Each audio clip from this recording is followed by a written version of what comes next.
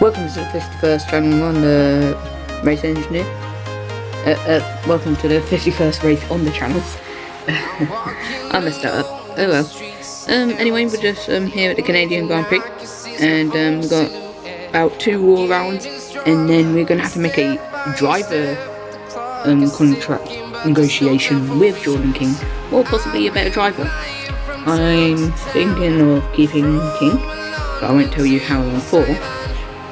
But yeah, we're just looking at the factories and seeing how much money we would need to upgrade any. But here we are at the end of practice, getting 412 resource points for our team, and I've almost already decided my name for the team for next season.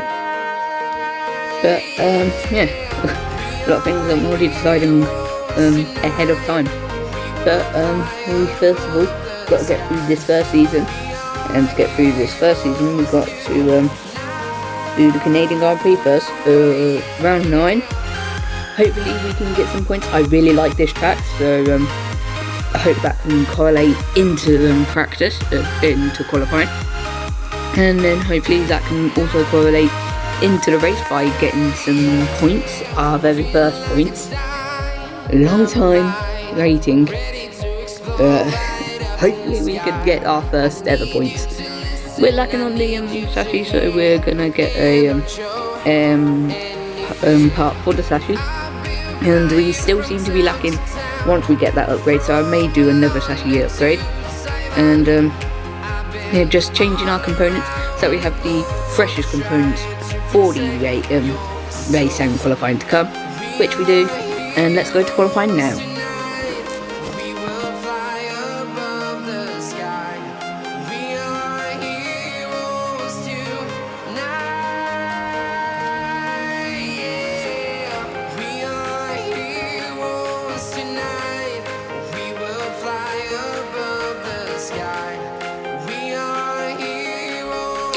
Here we are for our second lap, first lap now. We're going to go across the line to a set at 1:11.1. Puts us into 7th, which is quite good to be honest. Especially as I like this track. But we've moved down to 17th by the end of the second lap, and it's P11 with its 1:10.4. Verstappen not doing too well down in 10th. But as we go on board to start our final lap, we're going into turn 1, braking at the pavement street circuit, so you could use some of the other parts of the road to decide where you're going to braking just around the 75 metre board, going wide as we can at the Hamilton Vettel corner. Braking at 100 metre board, going down to turn up gear 3, go up to gear 4, 5, 6, open gear at 7, 8 now. Improving on our delta, braking just after 100 metre board, going through these corners. Don't get on the try and stay off the orange curb, it doesn't really help you, it'll try and spin you out.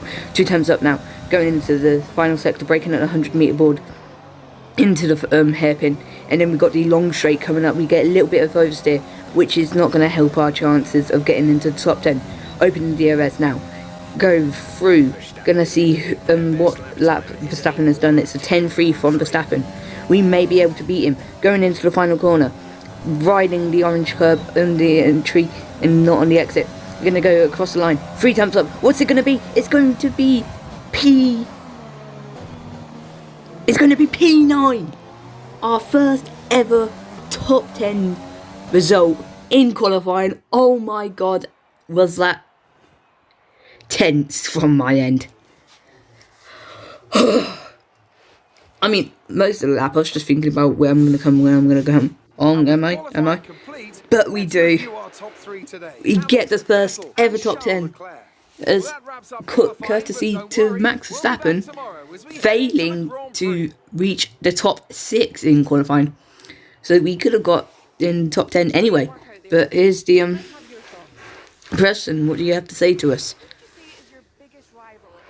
We beat Kevin last time, so we got to choose another one. I'm not sure about the AlphaTauri dudes being medium difficulty. I'd say Geo's the easiest one. BWT Racing Point I gotta say something good. I'm racing for them in the other one. But yeah, lucky to have them in Formula 1. That's why I'm there. Appreciate your time. Thank you. And we're just getting some acclaim. Going to level 6 on our acclaim. And hopefully for the French GP, we will be at level 10. Meaning we can get a 4 sponsor on the car. As Jeff says that's a successful qualifying. And we'll be in with a good chance in the race. I agree with you, Jeff. But first of all, we got to get to the start of the race. So here we are for the Canadian GP.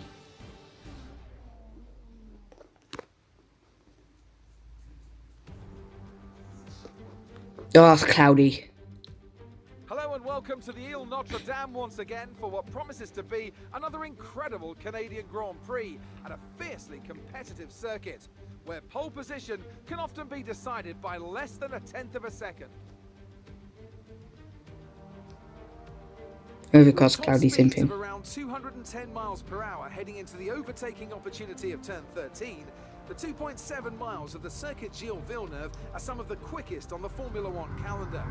There are 14 corners in total, with 60% of the lap taken at full throttle, and average lap speeds clock in at about 130 miles per hour.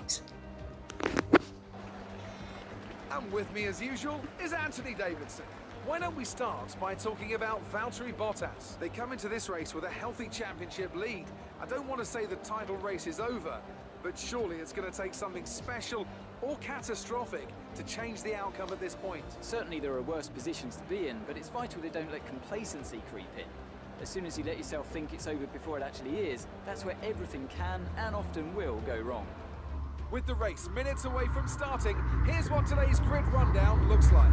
Lewis Hamilton lines up on pole position, and starting alongside him P2 is Sebastian Vettel. As we continue through the rest of the grid today, we have Leclerc, Albon, Valtteri Bottas, and Sainz, Stroll, Norris, the engineer, and Kevin Magnussen, Perez, Verstappen, Daniel Ricciardo, and Giovinazzi, Grosjean, Raikkonen, Esteban Ocon, and Pierre Gasly, Kvyat, Russell, Latifi, and Jordan King.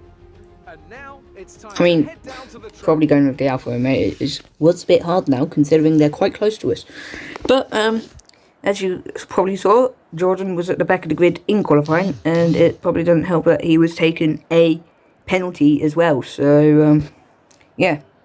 And just setting our strategies for the race now as we get ready for the 5 red lights as we're behind Norris. Can we stay behind Norris or even get ahead of him as it's 5 lights and it's lights out and away we go for the Canadian Grand Prix. So we get a good start compared to Norris, and then he goes up the gears and he does well. But there's a gap on the inside of Norris, so we take that gap and we're still alongside of him going through the turn 1. But we get some front wing damage as we get a warning for collision with Stroll. Not too good. I'm gonna have to change that front wing soon, probably. But we got past Norris, and we are up into 8th position now. As Lewis Hamilton's at the fastest lap of the race so far, as it is only lap 1. Now on to lap 2. A little bit behind Stroll, but we're not going to be close enough to make a move, as there's a new strategy on the MFD. So we'll stay on board until we find out what that strategy is. We are falling back from Stroll, so if it is a front wing change in the pit stops, it would probably be wise to follow that strategy. But we're going to come out the hairpin now, and we are going to see yellow flags, as I can tell you that someone is retiring, and we're going to stay with lap 7 pit, which I now regret. George Russell out of the session, that's why there was yellow flags. Lewis Hamilton sets a 1:11.8. Pretty sure that was much quicker than our qualifying time, as we run out of DRS on that lap, which is a little bit annoying, as DRS is now enabled. And we're going through the second sector now. The sun is starting to come out as Lando Norris is on our tail. Is he going to make a move to the hairpin? Yes, he is. He's going to back out of it, but no, he's not. He's going to stick his nose up, as it's yellow flags, is it? Oh, he's ahead of us just before the yellow flags. Oh, that was close, Norris. But we're on the outside, going down the straight, but you get past us easily. And yeah, can we capitalise on acceleration No, we can't, as Lando keeps the DRS, as there's only two DRS detection points for the 3 DRS zones on this track. Because 2 of them are back to back basically. But we're going to go through on the second DRS straight now.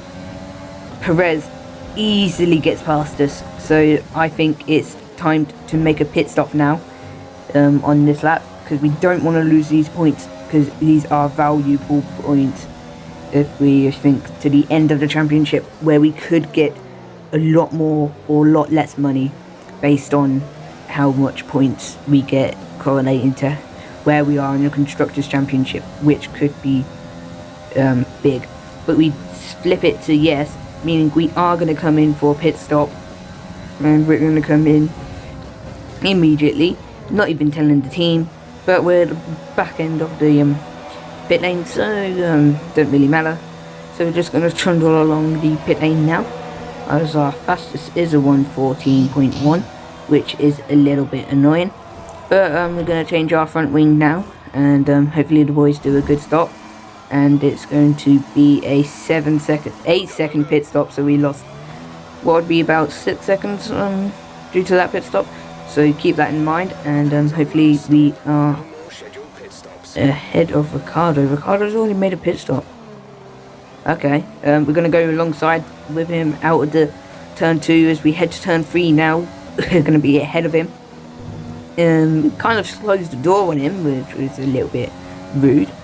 But yeah, we could have been 5 seconds ahead behind King if we had not made that front wing change. But that front wing was hindering us as we come on to lap 7 now, which is when we should have pitted. So in a 1:13.1, 1 second quicker, so that's how much that front wing was hindering us. As now Magnussen and Perez come into the pit stop. Can we get ahead of Perez? But no, he's out the pit lane. And how far ahead of us is he? As King and Gasly and all them pit. Norris also pits, and Verstappen does. So Perez has jumped Norris, as they're about 3 seconds ahead. They're 4 seconds ahead. We've lost 2 seconds to Norris. Because of that pit stop, we've lost 2 seconds to Norris.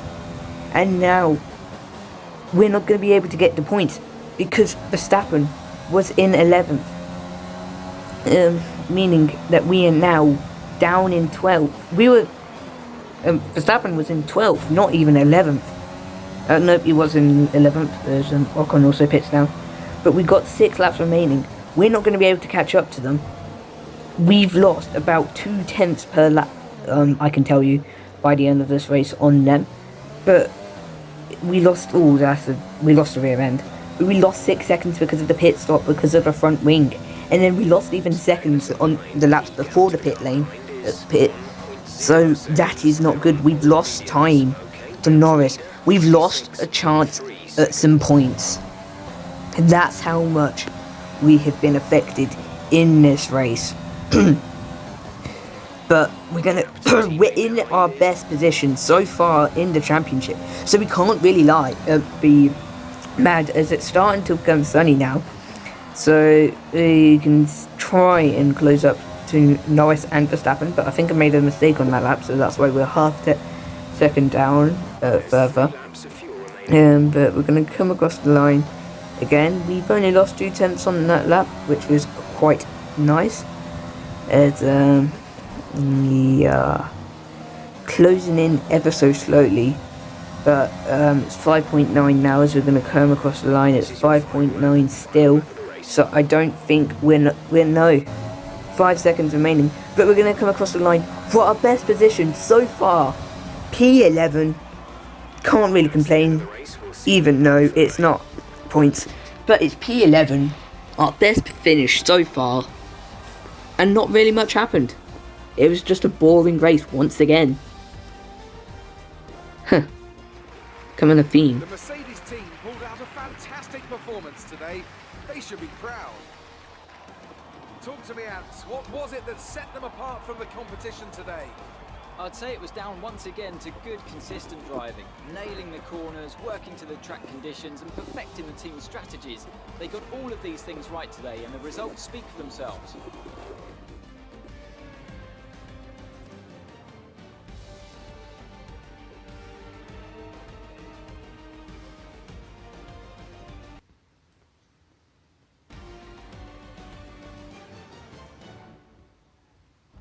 Why didn't I cut out the loading parts? That's a bit stupid from my end. Sorry.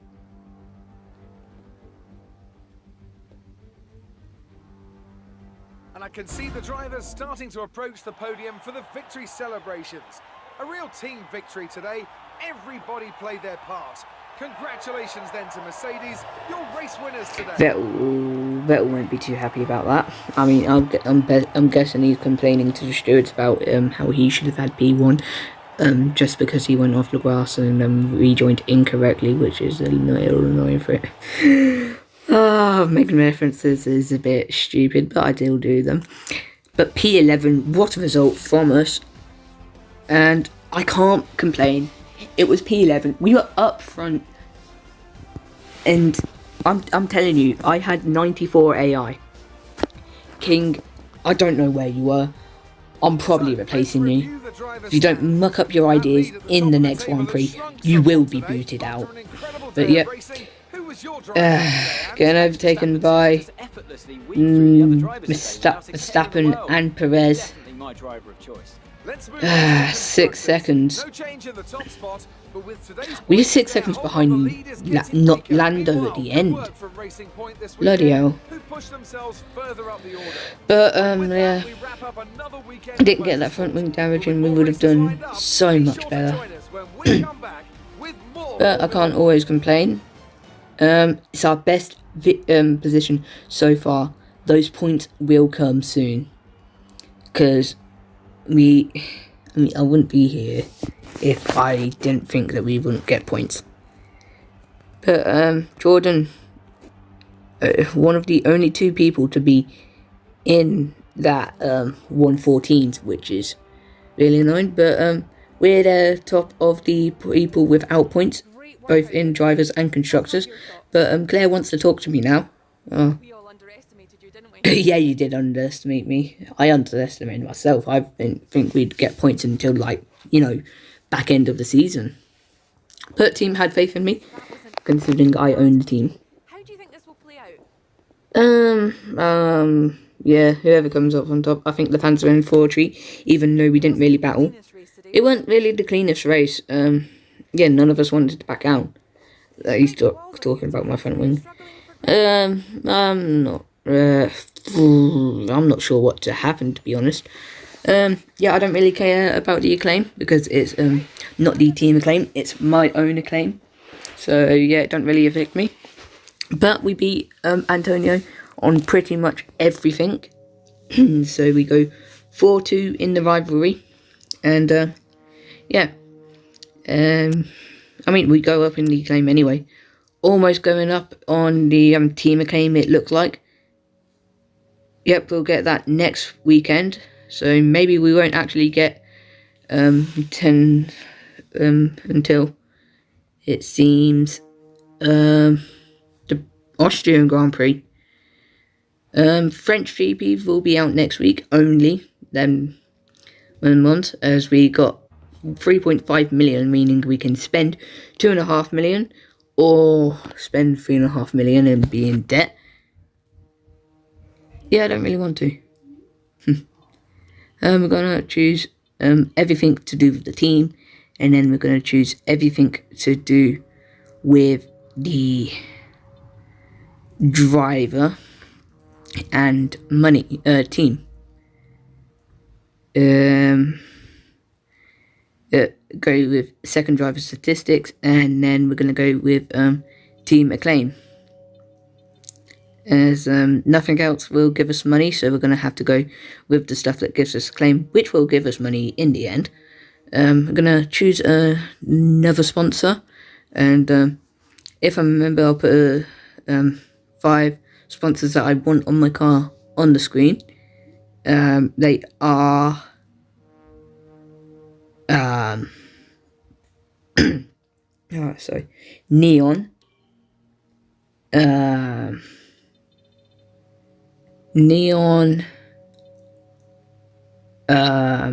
TriStar, RGB, and 2 more. They'll be on the screen.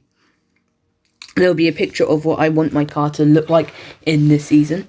But I will be keeping the sponsors per season because I can't be bothered to change them. But we're looking through the sponsors now, and yeah, not many of our sponsors are available.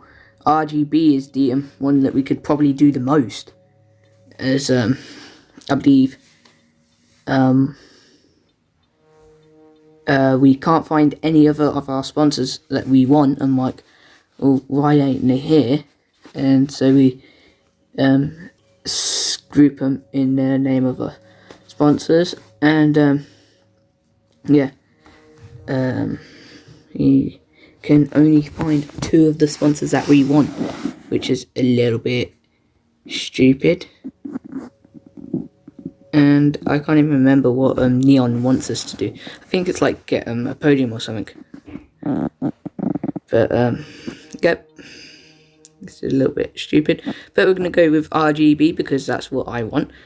And yeah, we're gonna go with some customization, and I'm gonna put RGB in the sponsor slot where I want it to be, which is where the Sunburst logo is right now.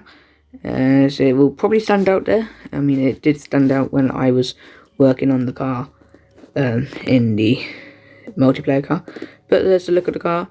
RGB, quite noticeable, which I really want. As car liveries, got a livery that we unlocked.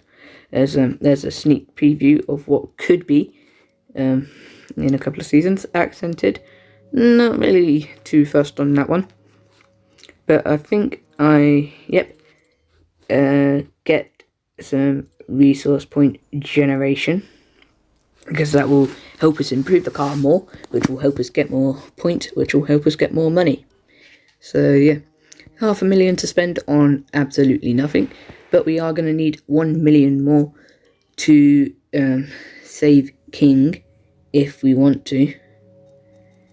I believe we need 2 more million.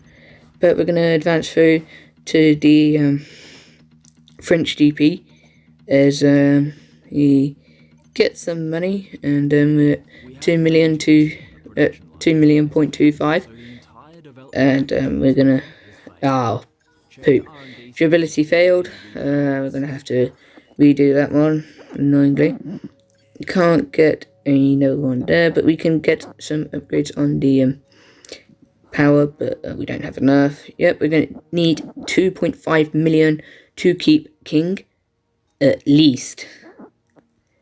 That's if he wants the exact same. I mean, King, you've been underperforming so far, so no way you're going to want more. But we're just going to make sure our components are the most worn, the second most worn, the second least worn, basically, as it will help us in practice. And we're going to go to the highlights. So if you have enjoyed this one, make sure to leave a like, join the Discord, as there will be a link in the description. And until next time, I've been the Racengineer. Let's show you friends the things I've got an interest. I've been the Racengineer. Goodbye.